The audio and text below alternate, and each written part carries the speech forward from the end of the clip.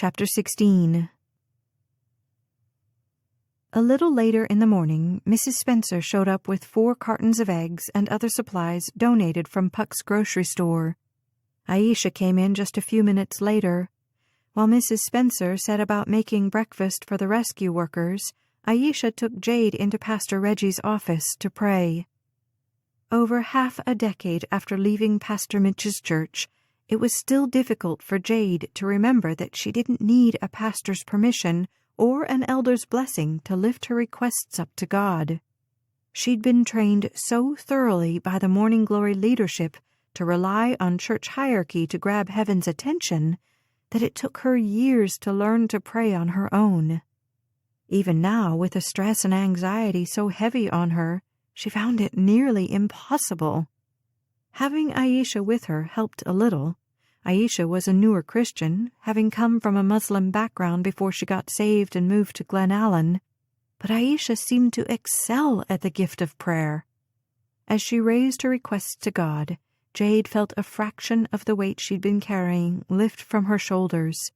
As soon as they said Amen, the burden returned, but at least the short reprieve convinced her that God was listening. He had to be. There was no one else now to watch out for her daughter, no one else to guarantee her protection. What was Des thinking right at this moment? What fears or tortures was she enduring? It was too horrific to fathom. Jade had done everything in her power to shield Des from the details of her past. Whenever her daughter asked who her daddy was, Jade told her that God was her father, and for now that's all she needed to know. The thought that the same people who had witnessed Jade's most humiliating abuse had now kidnapped her daughter was inconceivable. Ben was still holding on to hope that Elder Keith was trying to contact her with a ransom demand, but Jade knew Morning Glory better than that. The church and its leadership had all the money they wanted, thanks to a guilt-inducing tithing system. To remain in good standing, church members had to pledge up to 30% of their annual income and even provide tax statements to verify their faithfulness. It was more likely Des's kidnapping was about power, the real currency Morning Glory's leaders cared about. To continue to wield their power, Morning Glory enacted policies that could have been taken straight out of a dictator's rulebook. If a church member questioned the pastor, if they fell short in their financial giving, if rumors circulated regarding some petty offense, they were paraded in front of the congregation for public shaming.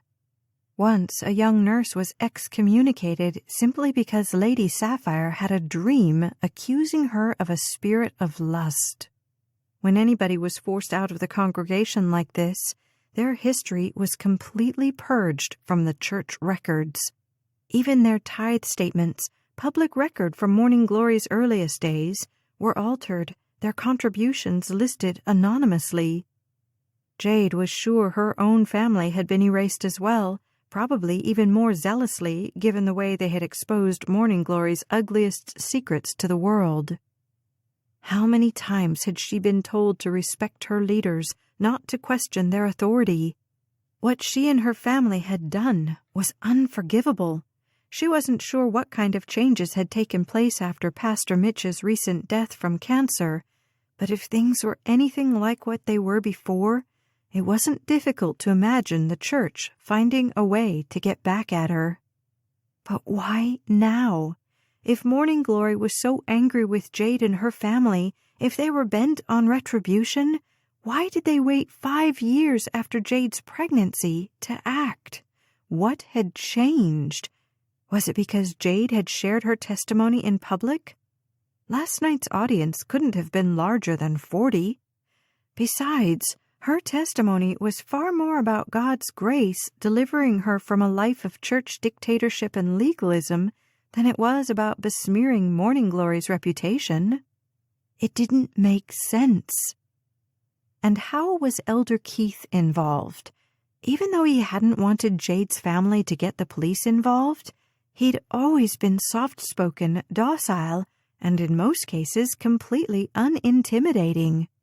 Had his rise to leadership after Pastor Mitch's death corrupted him? Jade hated to confront these questions alone. She longed for a word of wisdom or encouragement from her parents more than ever. It wasn't fair that God took both of them away. They never saw their granddaughter crawl or walk or eat solid foods or babble her first words. Why had God added sorrow upon sorrow in Jade's life like that?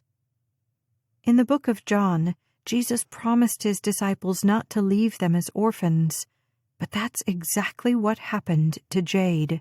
She was an orphan, a single mom doing her best to provide for her daughter, working a menial job because it was the only thing she could find that would allow her to stay mostly on top of the bills and keep her daughter nearby. She'd tried so hard, working herself ragged, agonizing over every one of Dez's cuts and scrapes and ear infections and cold viruses. How many times had she begged God to give her strength to handle life as a single mother? And now Dez was gone. Had God forsaken her? Was such a thing possible? She thought of Jesus' words on the cross. If the Son of God could feel abandoned by his heavenly Father, why couldn't she? All Bible promises aside, Jade had never felt more betrayed. Here she was doing everything she could think of to live a godly Christian life. She brought her daughter to Sunday school, to Glen Allen Bible's midweek services. They read stories from Scripture together each night before bed. Each night, that is, until last. And if Jade felt so abandoned, how must Dez feel right this instant? Mrs. Spencer handed Jade a paper plate with scrambled eggs, bacon, and toast. Jade had no appetite, but picked at the food methodically, hoping it would get her mind off her troubles. By the time she finished breakfast, she was still just as tormented as she'd been before, but now she had a stomachache on top of all her other worries.